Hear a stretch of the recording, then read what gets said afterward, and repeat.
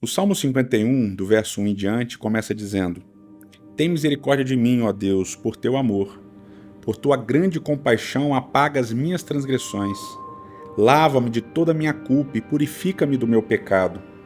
Pois eu mesmo reconheço as minhas transgressões e o meu pecado sempre me persegue. Contra ti, só contra ti pequei e fiz tudo o que tu reprovas, de modo que justa é a tua sentença e tens razão em condenar-me. Sei que sou pecador desde que nasci, sim, desde que me concebeu a minha mãe. Esse Salmo 51, ele é um salmo de confissão, de arrependimento, como a gente já falou, e alguns o nomeiam como um salmo de penitência. Alguns outros teólogos vão definir esse salmo como um salmo de lamento, embora a maior parte dos salmos de lamento eles descrevam os pecados que os outros cometeram contra o salmista. E aqui fica muito claro desde o início que o salmista está falando dos seus próprios pecados.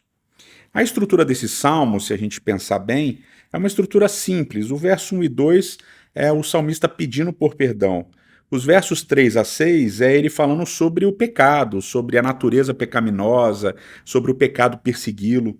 Depois do verso 7 até o 9, a gente tem uma oração do salmista por perdão.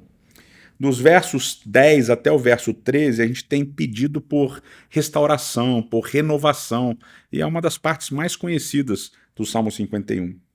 Depois do verso 14 até o verso 17, a gente tem uma espécie de gratidão, o salmista agradecendo por alguma coisa.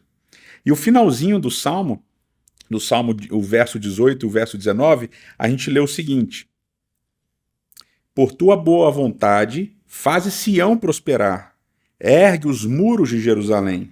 Então te agradarás dos sacrifícios sinceros, das ofertas queimadas e dos holocaustos, e novilhos serão oferecidos sobre o teu altar. Então esse salmo, que começa com uma nota tão pessoal, tão específica em relação ao pecado do rei, ele termina com uma coletivização do perdão dos pecados e da alegria pelo perdão dos pecados. Isso é extremamente interessante nesse salmo. Agora, o que eu quero chamar a atenção hoje para vocês a atenção de vocês é essa relação entre 2 Samuel, segunda parte de Samuel, e o Salmo 51.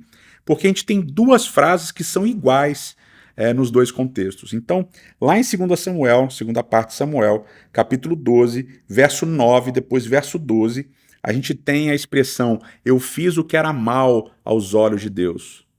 E essa expressão vai aparecer aqui no Salmo 51 também duas vezes, no verso 3 e no verso 6.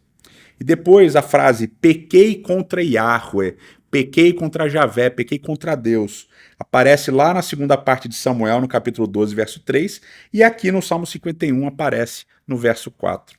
Então essa relação entre os dois textos indica para a gente fortemente essa relação histórica entre o poema e o que aconteceu com Davi.